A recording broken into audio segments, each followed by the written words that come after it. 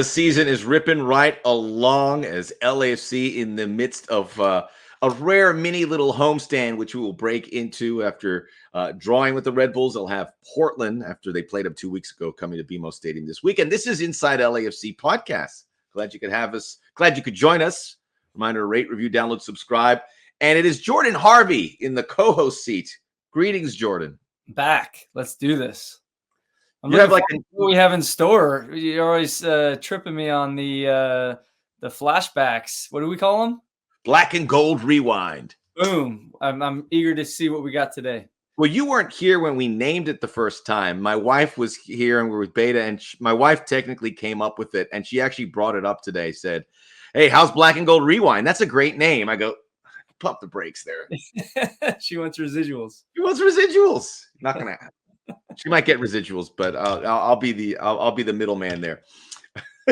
Let's get right into it, Jordan, and talk about the Red Bulls game, because this was, the Red Bulls have been hot and cold lately, but everyone seemed prepared that this was going to be a stern challenge. That Emil Forsberg, they're playing well, they're beating teams away, and they were looking for an impressive win here before the Denny Bouanga goal. So it's not the 3 points as you would like. But we were there at the stadium. It certainly had to feel pretty good because it could have been worse. And we should probably give the Red Bulls their fair share of credit. As Steve said afterwards, it's a tough team to break down. Yeah, they were very conservative, very compact, and they were looking to have their chances on the break and then set pieces as they did. And so they did have a few chances there in the second half, just off the break transition moments, but they ultimately got their goals and set pieces. Some mistakes, obviously Eddie Segura coming in off the bench, having that own goal, very unlucky, but he settled into his own there. And then the set piece in the second half. But it was promising from LAFC to be able to come from behind twice. And you saw some patience. And I think in this game in particular, it was going to take a number of passes to kind of go around them, then come back inside and really break down Red Bull, who was very disciplined on the day. And so you do have to give them credit. But I do think, I think a lot of fans, and I've talked to a lot of people after the game, it was kind of boring that first half, but it was like, for me, we were one pass away from really just going down their throats. And it was just maybe one misplay, one mispass in our own half or in the middle block that ultimately didn't get us there. But we were that close given the way we were possessing the ball and really controlling the game. As I was broadcasting that game as part of our MLS Season Pass on Apple TV, it's you mentioned how they're compact. And when you get to see them from above and you see how they, I mean, it just looks like a block. It looks like a cinder block. And they're there and they want you to play outside. And LAFC, to their credit, they would go outside when it's given, but they're trying to break in there through the middle of the park.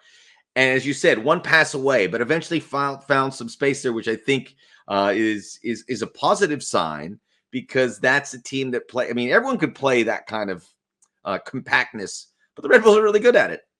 Yeah, they've been doing it for a number of years, and it's their style from every team that they have. Leipzig, Salzburg, it's a lot of really strong, powerful, endurance athletes that are just going to run all day. And so they go in packs and they work in transition. They go straight down the middle when they are playing, very direct, and it's organized chaos. And you've seen St. Louis to a certain extent, same thing. Philly Union, similar thing. But it's opportunistic football. And on the day, they got two set pieces that I know LAFC and we really pride ourselves on. And so it's going to be disappointing, but the team will come back in. And I know Mark Dos Santos, who's very good at set pieces, will have solutions and move on and be better for it. Yeah, I wanted to talk about the set pieces, but then I didn't, because I think LAFC has been good defending them. They got unlucky here and 2 corner kicks. One, certainly the second one was a little sloppy, and as the ball bounced around. And the first one coming off the Aaron Long injury, I can't imagine what players react to when you see the guy's been down there for a bit. Aaron's going to be out a little bit, but it's nothing too serious, we can tell you. But it's also Eddie coming in, and as you said, Eddie played well. but to come in and face that, that's a really tough spot for him. Yeah, and I think, and I don't know if we're transitioning. I know we wanted to talk about LAFC too, but it's the preparation for that, right? Coming into a game, Eddie hasn't gotten regular minutes. He's come in and got some sparing minutes, even at right back at times. But he comes in and yeah, you're kind of jumping right into the fire, and yeah, it was unfortunate, but again, the all the advantages that you get when you bring in an Eddie Segura is his passing. And I thought right after that, he really came into his own. He's a veteran, so he let that kind of fall to the wayside and really had a good game after that. And, you know, in the event Aaron does miss more than 1 or 2 games, you know, it'll be nice that Eddie actually came into his own. A silver lining, if you will, is him getting these minutes and looking good. Really looking really strong out there. And Max Chanot, I thought he had a good game. Two very good center backs on the ball, which you know, I think you saw that in the game. They possessed the ball very well and were able to work through Ilie in the midfield and create chances, you know, from maybe one pass breaking the lines and actually opening up the game. And that's probably going to be the starting pairing, you would think. We can't confirm that, but with Aaron and Jesus Murillo didn't play this game. So the new center back pairing will be Eddie and Maxime Chanot. And I probably didn't mention it earlier, but Maxime's going to join us here on Inside LAFC podcast a little bit later. So we'll talk about him. And I would, he's a little bit up there in years. Yes. And he came back from French football, and LAFC identified him as a guy to add depth. But its depth is to jump in situations when required. I thought it went pretty smoothly, and you could see this guy, you know, been around, knows how to, knows what is required, and it's going to be different because defensively they're going to face a team that faces a lot of goals in the Timbers, but this is depth at play. And you talked about Eddie playing almost a full 90 for LAFC 2 against Ventura County Football Club in MLS Next Pro. And this is it, the next man up philosophy. Absolutely. And that's one of the reasons why you have a second team and a second team in your market, because you have that flexibility. Any training session, bringing up a guy like Luis Müller, right? Who's training a number of times now with the first team, which is increasing his level and his development, and a number of LAFC2 guys. But then you also have, in a game setting, someone like Eddie Segura, who you know you're going to need to call on at some point this season. So then you bring him down to get some minutes. And you saw Eric Duenas, Nathan Ordaz, Tommy Angel. You have Abraham Romero, who's getting games as well, along with Eddie. So you're getting a number of guys who you're going to see with the first team, along with some LAFC2 guys, getting real minutes in a real game. And really, it was actually very good competition too. We actually played LA Galaxy. It was a very intense game, and guys really played well. And they get something from that. They get a little momentum. They get a little confidence. And then when you jump into a game like LAFC, against Red Bull, you're that much ready for it. I want to talk about Müller because everyone was raving about him. It was a small cameo, and we'll talk LAFC too. But before we close the book on what happened against the Red Bulls, a little Mateus magic. He scored the 2 goals against the Portland Timbers, and Matty, because of the suspension of Eduardo Tuesta, comes back to the midfield, which is his natural position. This is a big job for him. I mean, this was a guy that didn't play every game in 2023, but they have given him a lot of responsibility, and he is responding very well. And now Eduardo Tuesta comes back. We'll see what that looks like. But that's, again, what we're seeing from Matty, from your perspective, from 2023 to 2024. Where are those things, because you're there with training all the time, where are those things that you've seen the improvement the most? Well, we knew he was versatile. We knew he could play out wide. We knew he could play as a 9 or as an 8. I think for me, and everybody kind of has their own opinion with this, and I think more people lean towards this, he's an amazing 8 because of the qualities he has. Always on the half turn. If you watch his game, he's always receiving the ball where he's now moving forward with it and turning forward.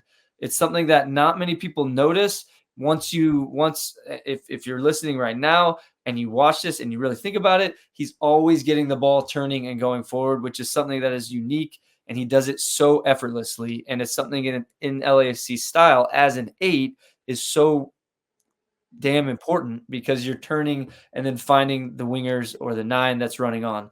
So he finds these half spaces very well.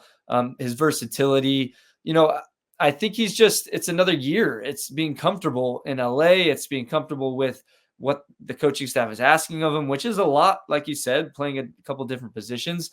But he's a footballer through and through. And that's something that is so important to have on an MLS roster, is somebody that can really fill holes when you have them. But I do think his best position is as an 8 and able to really create from those pockets.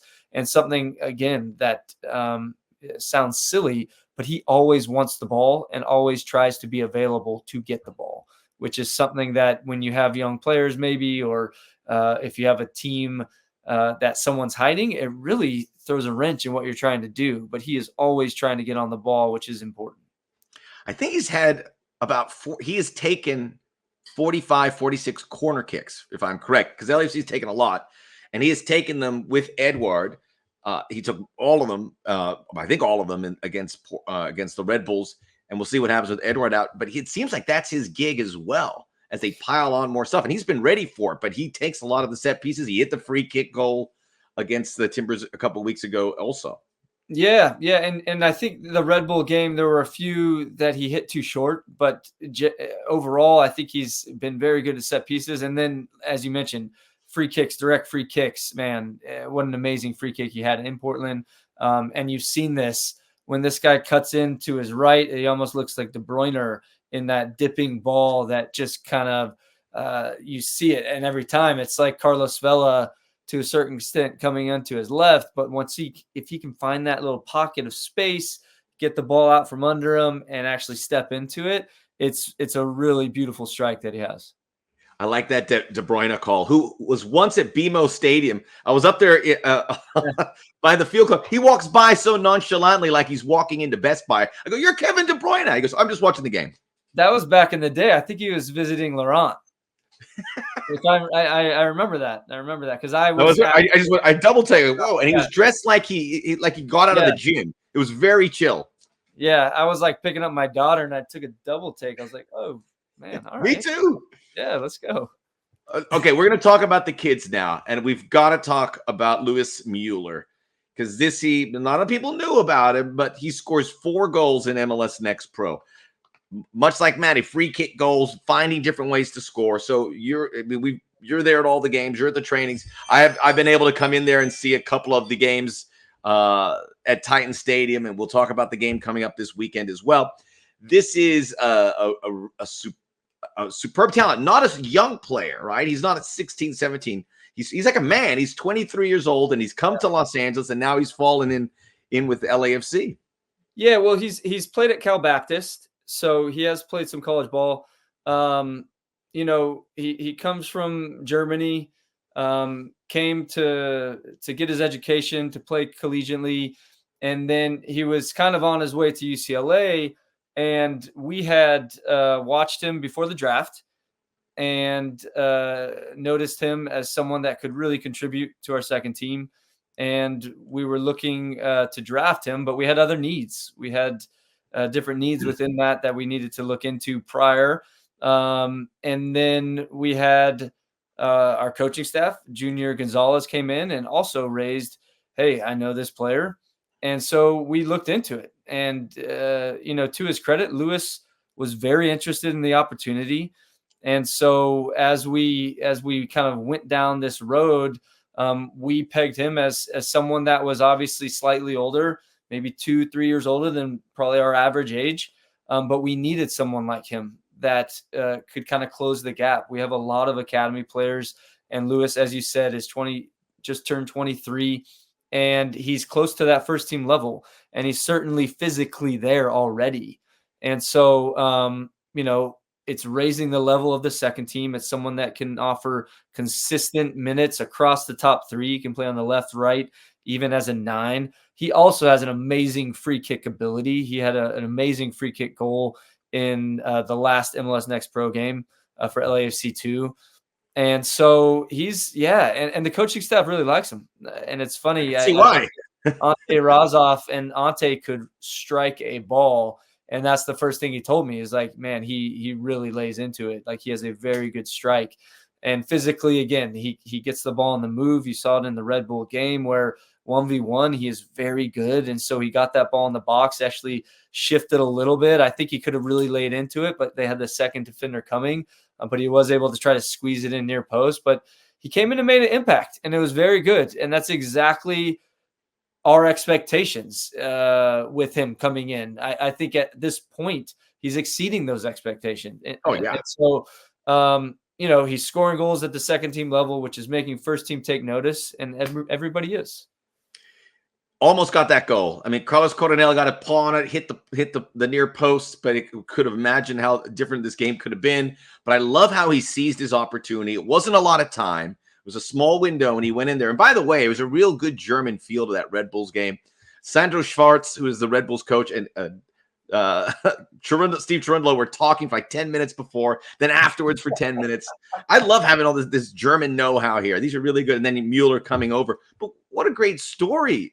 I mean, just to find out how he arrived so close to getting drafted and then those connections stay in place. It's just a reminder of where you can find that talent. And I would imagine he might get his shot. We'll see how this club fleshes out, but maybe you would have to think more opportunities lie ahead, certainly to at least make the 18 and maybe get on the field. Yeah, and to his credit, when we approached him with this opportunity, he wanted to take it, and he did everything he could in his power to be a part of LAFC2. And so that was amazing. And like a season does, there's injuries.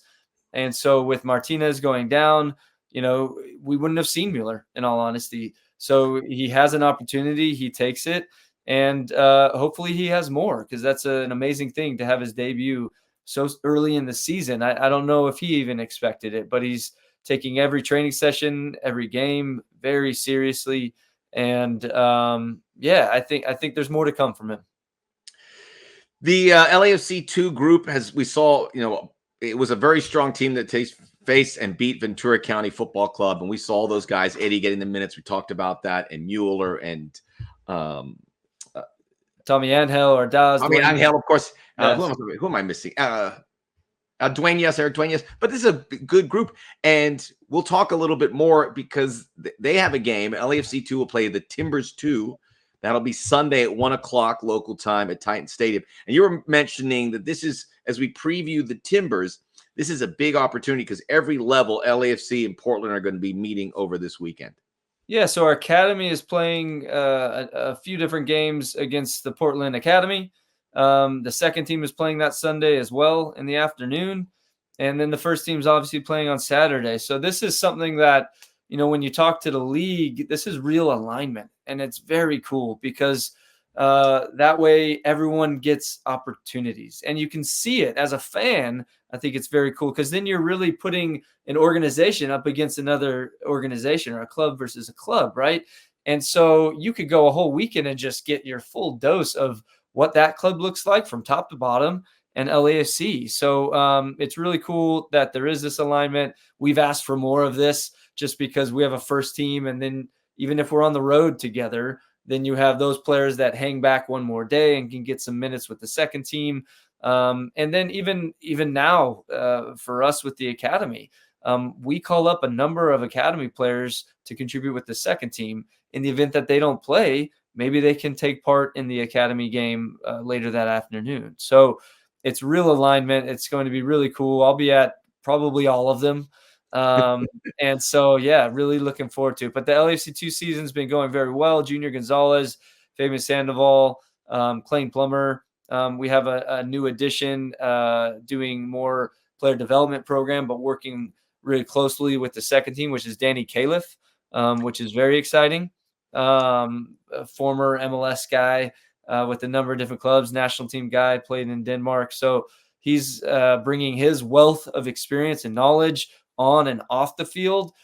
So he works closely with our high potential players and all of our LAFC2 players. So it's very exciting to bring him on board. So it's really getting the resources to create development opportunities for all of our talented players, and all of them. It's really a melting pot with that LAFC2 group. I did another double take when I saw Danny Califf at the PC. Because I used to call his games, so it was great to see him. He's a wonderful guy, and he was a fantastic defender. More know-how to pass on to the kids, so that's very exciting. And LAFC2 3-1-1. Get out to BMO Stadium Saturday. Get out to Titan Stadium. It's a fun little afternoon to see these guys, and they're playing really well. And you'll see some guys that'll be playing for the first team, and that's what it's all about. As you said, connecting the dots here. Time for Black and Gold Rewind. We're going to go maybe an unexpected game in many ways. It's against the Timbers. We'll preview that game in a minute. But, George, we're going to go back to 2020, the COVID year. Empty stadiums, pumped in music to disguise the lack of fans. This was decision day, a 1-1 result. And I want to talk about the game, but just we're in 2024, and sometimes you feel like that COVID era, that COVID stretch never happened, but it did. How did you ever get used to it, where those empty stadiums, or dealing with that, or some weird travel? I mean, you played the Timbers 4 times that year because they were trying to keep everyone close. Yeah. Wow. No, it never got normal, nor did it ever really reach the standard of having, the 32-52 and all our amazing LAFC fans in the stands when you're playing at then Bank and now BMO Stadium. So it was strange. I think they even, when you watch the games, they pumped in the fan noise, which is also even really weird. Did you hear the fan noise, or that was just for us at That was just for you guys at home. Yeah, which is funny. I used to watch games back and be like, wait a second, that's strange. Off the shot, there was an applause. So it was really strange. The whole season was just strange. And then I believe we went straight into Champions League after that, which was back into another bubble, albeit with Carlos, who had a really great end of the season tournament there. And then this game against the Timbers, I do remember some very distinct moments in this game. And I think Carlos was just coming back.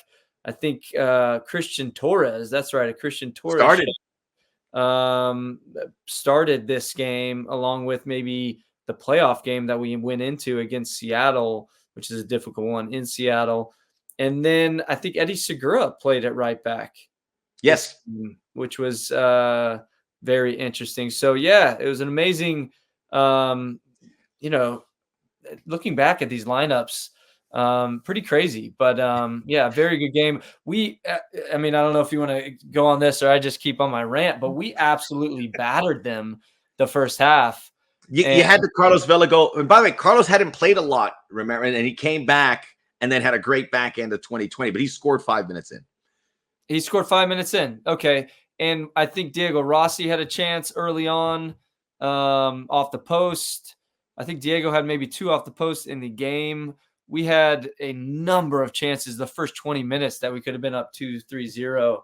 And, as LAFC did back in those days, really, and Steve has brought more of a pragmatic approach when you're in the lead, maybe, being more conservative. But we just full throttle in these games. And I think it was later in the game, still up 1-0, that they came down while we were on, like we had a chance, and they came down and Villafana scored. I'll never forget it. I saw him last year.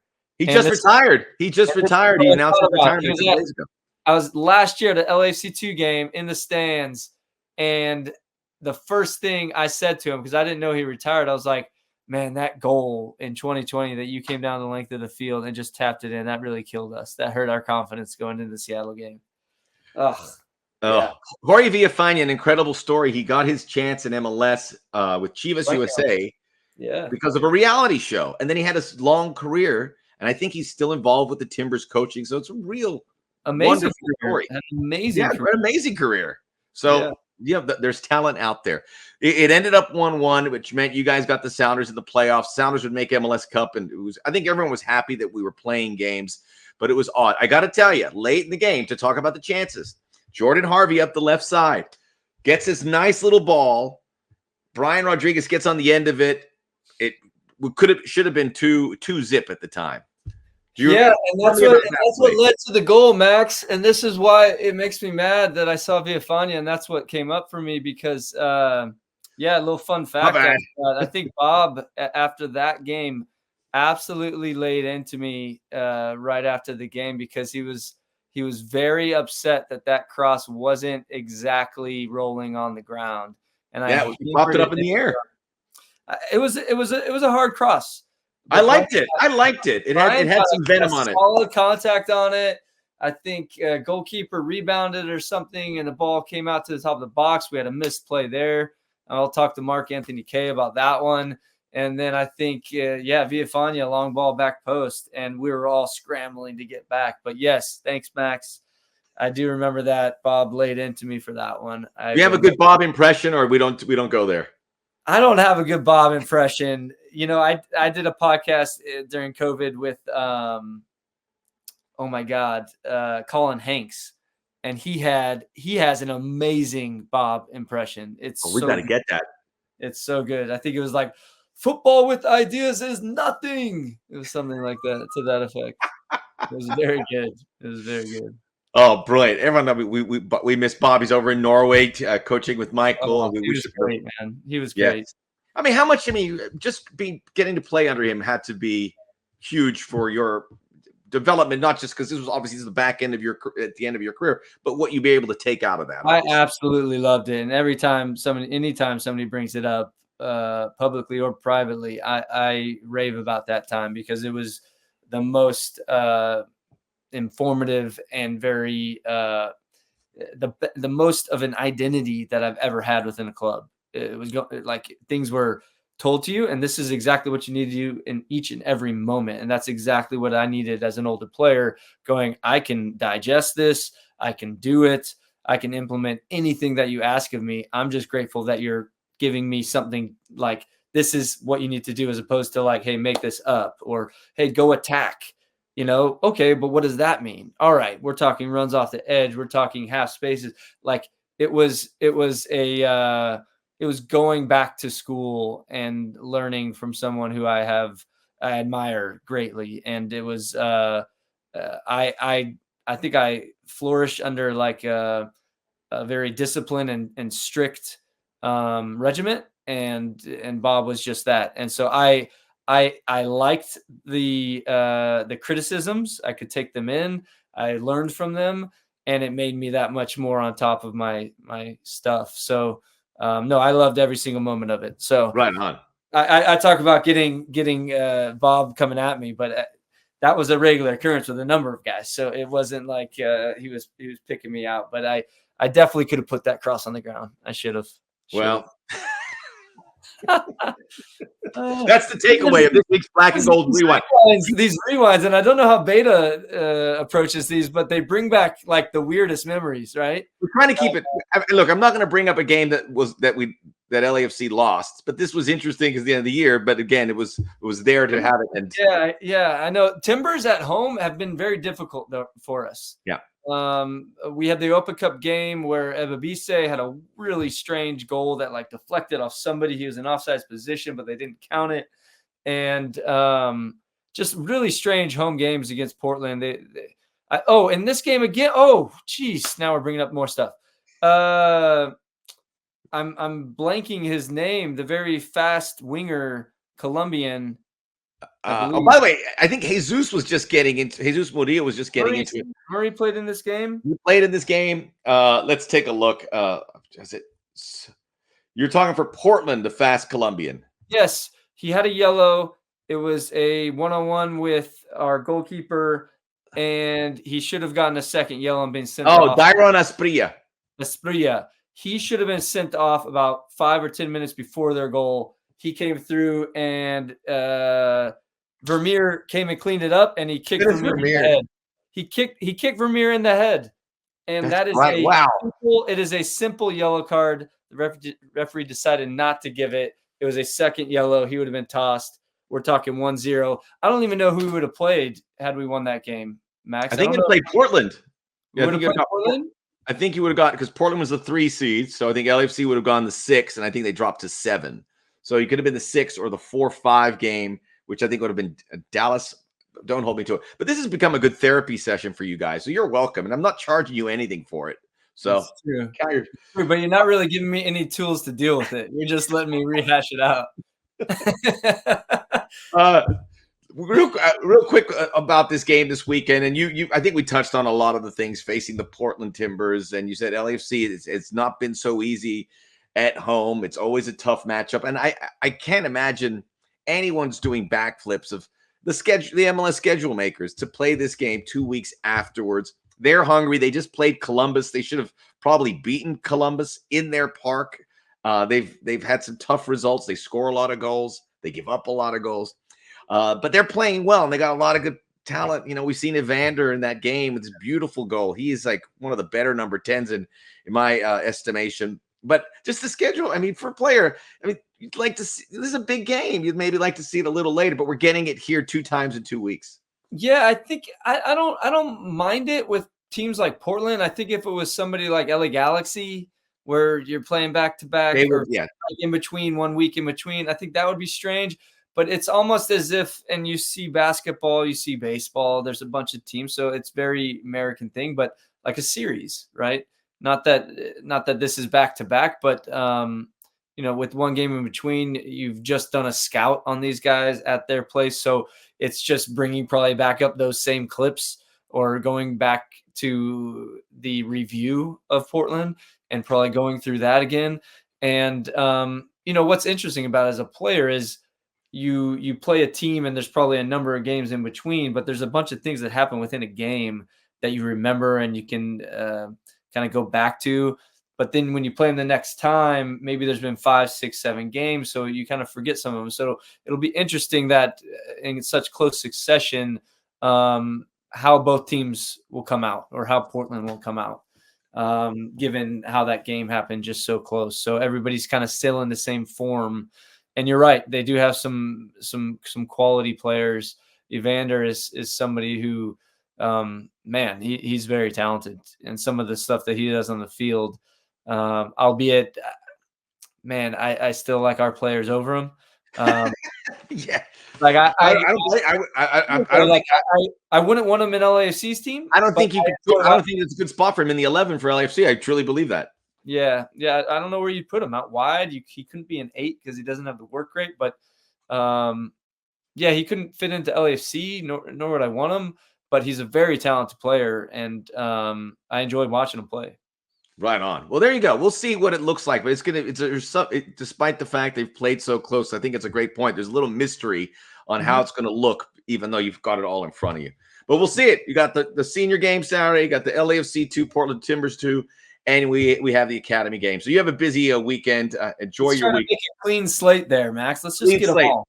Didn't want to mention club.football.club. They printed about 50 of these. I think there's 46 available. Hey, self-promotion is the best promotion, Max. I have one. My son has one, and then 2 other people bought them. But these are with the club.football.club. It's the Bretos Mentos Fresh Maker shirt. I got 2. Just when one goes, no, you don't. I have the other one. Yeah. No, you don't. Nice try. I'll see if I can get you one. I want you to wear it on the pod. All right, great stuff, Jordan. We'll enjoy this weekend, and we'll do this again very soon. Thanks for your intel. Jordan Harvey joining us. We will be back here on Inside LAFC podcast. LAFC Defender, new LAFC Defender Maxime Chanot joins us next on the pod.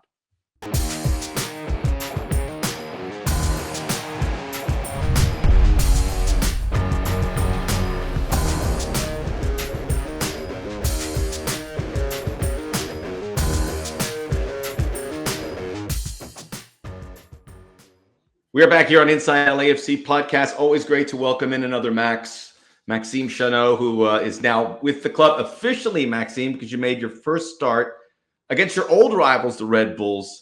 How did it feel to be back to start a game? I mean, this is why you came into LA, certainly. I mean, I'm glad to be back in MLS. That was something I was missing since I left New York City Football Club beginning of last September. So it was like 7 months ago. Obviously, I was glad to be on the pitch to start the game and to be involved into this team. That's something always special, especially for our first game. And as you said, playing against New York Red Bull, who used to be my biggest rival when I was at NYCFC. And everything was nice. Unfortunately, we didn't get the win. That's something like I was a little bit concerned at the end of the game. But overall, I was glad to be back on the pitch and compete for 90 minutes. You said you were glad to be back in MLS, and you were with New York City FC 2016 to 2023. You played in Belgium. You played in England. And you mentioned it when you left New York City FC, and almost 2 decades away from home, and then you got the chance to go back to Corsica in France. That was important to you. Why was that important to be able to go back to where it all began, to enjoy a spell in French football? Yeah, as you say, because I left home when I was 14 years old because I moved to Stade de Reims in academy. So basically, I've been away from home since for 20 years, I would say. So I've been traveling a lot because of soccer. I went to play in Sheffield United in England, in Belgium for 6 years, in France also, and in MLS in New York for almost 8 years. So having the chance to go back home, play in front of my family was something always I wanted to do it. So when that chance came, that opportunity came, I went to NYCFC front office and I just asked them to release me just to go back home. That was the plan. I always gave my words to my family that one day I would have the chance maybe to play ahead of them, front of them, and that's exactly what happened by coming back to Ajaccio. But how can I say that? I just became an American citizen 6 months ago, beginning of January, and I could tell you something. Obviously, Corsica is my home, but I would say I will consider myself more American now. So I was missing America so bad, and that's the reason why I make the move back to the MLS and to Los Angeles. So you missed where you used to be from. You went back, and then when you're there, you go, I miss I miss America. I'm American. I'm telling you guys, America is the best country in the world, no doubt. The mentality, everything, the lifestyle, and obviously the football, the soccer in MLS is just amazing.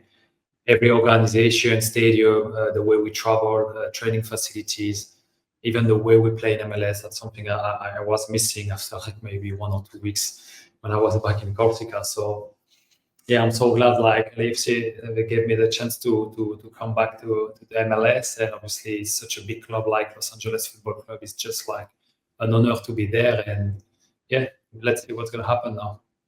And I want to say this, Maxime, because I've never been to Corsica, but I hear it is one of the most beautiful places on earth.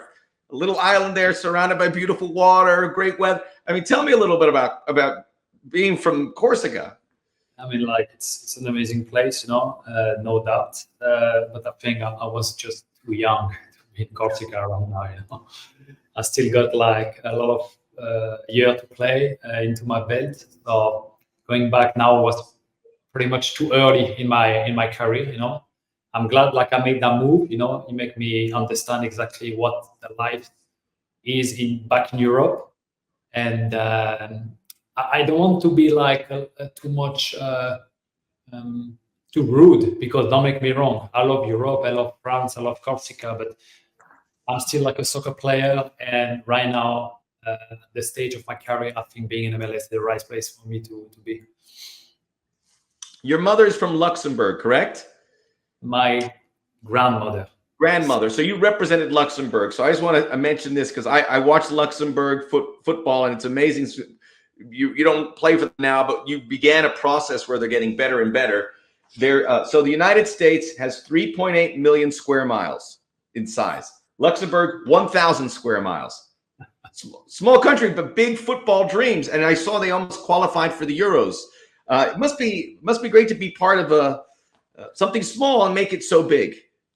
Yes, I mean, it's very special for me because I've been there for such a long time in Luxembourg playing for the national team, and I saw the evolution from this team so much from, I would say, the last generation, which we were only like 3 professional players into that squad, to where we are right now with like every player now are professional. They all play away from Luxembourg. We improved a lot. We were very close to qualify for the Euro 2024 through the group stage, through the qualification and also through the national league. So it means the last 3 or 4 years we have like fantastic results. We beat like several big teams. And I'm very glad to be part of the national team. It's just to represent the country of my parents is also something like very emotional.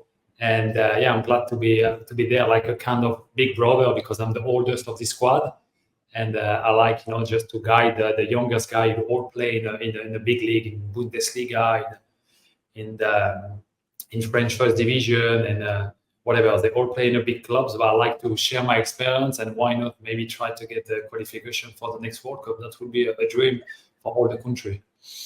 Maxime, it's going to happen. It's going to happen. And it helps because the World Cup's expanding. So we'll see Luxembourg on the big stage here soon. It gets you excited. We mentioned MLS, and you not only played here for the New York City FC, you won an MLS Cup with them. You won a Campeones Cup. And part of the reason LAFC wanted to bring you in is because you have that know-how. You know how this league operates. What does it require now that you're used to that? As a player, what do you need to be prepared for if you're a player coming from Europe to being able to be successful in MLS? That's a very good question. I think I'll start to understand the league year after year. When I came here in 2016, I was 26 or 25 years old, so I was such a young guy, but I had already experience. I played already 5 or 6 years already in first division in Europe, so I had my experience. But I can tell you that I start to understand MLS season after season, And what I understand in this league, first of all, is you have to make ready for the playoffs. You have to make ready yourself for the playoffs. That's something people maybe from Europe don't understand. I don't say you have to give up about the regular season, because you have to be consistent and win games to qualify for the playoff. But what I understood in this league, the most important is maybe the last 10 to 12 games, which you have to start winning games consistently and to be just ready for the playoffs. That's exactly when we've been successful with NYCFC. Obviously, the league is tough. Very good player. Tactically, I think now coach are very high profile in the league, so they bring like a lot of experience, a lot of good tactics for the league, and physically also. I mean, this league is tough. You have to be ready physically, technically, tactically. And it's a fun league, because what I like also is teams try to score, not to protect their goal, compared to Europe, which sometimes the team are happy to just like make a 0-0, but that's not how MLS works. And yes, it's a pleasant league, and I really like to play under this league, obviously. And when you were playing for Jacques Chaud and LAFC reached out to you, how did that go down? How did you find out, and when did you know that you were going to be coming to play for the Black and Gold? I mean, it went pretty quick. I can't tell you every details, but obviously when LAFC contacted me, I was, 100% convinced it was the right choice for me to sign for LAFC. As I say, it's such a big club, big organization. It's been so successful, so much successful the last few years. I like also the way they play. So when I had the chance maybe to join them, it was a no-brainer decision. So I spoke to John, and I think, it's been a little bit more tricky than what we expected, because of the season in Europe, where the season was still on. Sorry, still in season. And so it wasn't so easy for myself to get released from my Dutch show, but finally we found a way to do it, and I'm so proud and so glad to be there. And joining LAFC, you have a French connection. Does that make it easier? Obviously, you have Hugo Lloris, Denis Bouanga was French-born, yourself as well. That is certainly helps the transition. Definitely. I mean, I knew Denis from France, you know, we play against each other, like especially when we play against LAFC in preseason last year too. Obviously, everybody knows Hugo. I didn't know him personally, but the way he welcomed me was amazing.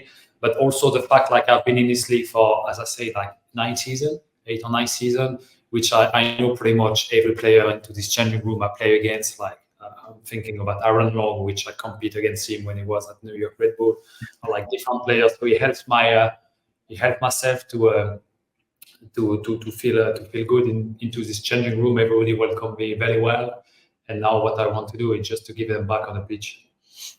Brilliant. Well, Maxime, we're thrilled to have you, and I know we'll see more of you in the weeks ahead. And if you need any LA tips, you got a good support system here. Enjoy the city, enjoy the club. Thank you very much, guys, and yeah, let's go LAFC. There it is. Maxime Chanot joining us here on Inside LAFC Podcast. That's all the time we have for this week. Join again next week. We'll recap Timbers and get you ready as LAFC hits the road. Until then, rate, review, download, subscribe, tell a friend. We'll see you soon.